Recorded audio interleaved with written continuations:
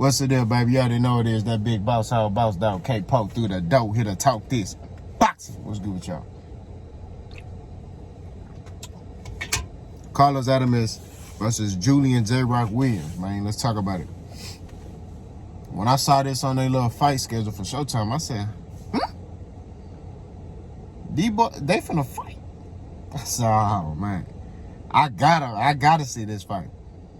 For starters, much respect to JRock for moving up into a new weight class and taking on a tough test like this. This is not going to be easy. It's not an easy test.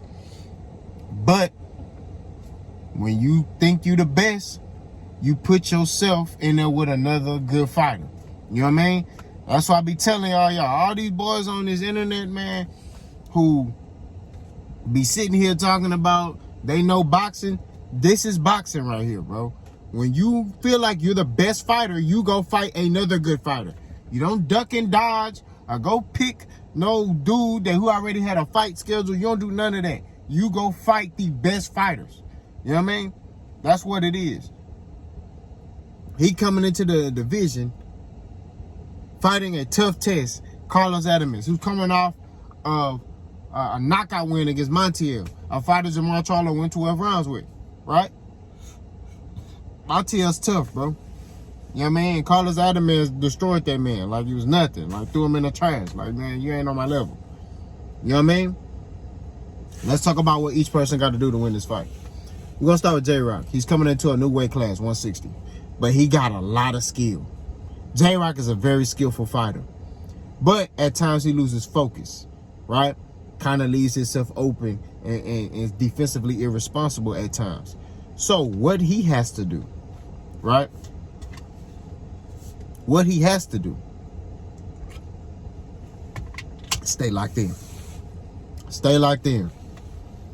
The number one punch, y'all know, the jab. He has to land that at will to keep Adames off of him, right? And he has to constantly change the angle on Adames. I think JRock should have the faster hands, the faster feet out of the two.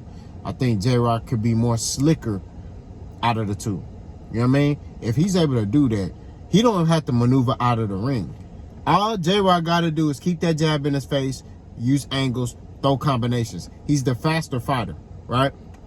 Keep his head offline. Make sure he keeps his head offline. Make sure he's not repeating the same type of combinations. He'll win easily. I say JRock win by unanimous decision if he's able to do that, right? He don't even have to use lateral movement like that. He literally could just use lines and angles. You know, let Adames throw something, get out the way, come back. Boom, boom, boom. Back, out of the way, come back. You know what I mean? Switch the angle up. Land a combination, switch the angle up. You know what I mean? Jab to the solar plex, switch the angle up, come over the top with a right. Like, JRock has that capability and skill set to do those things. You know what I mean? If he's locked in, I think he wins this fight pretty easily. You know what I mean?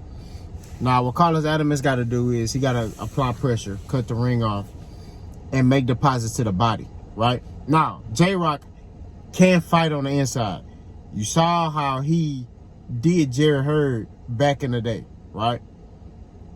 So he can fight on the inside, right? You talking about a Jerry Hurd who's a big guy. He's very big, okay? And JRock was manhandling him, you know what I'm saying? So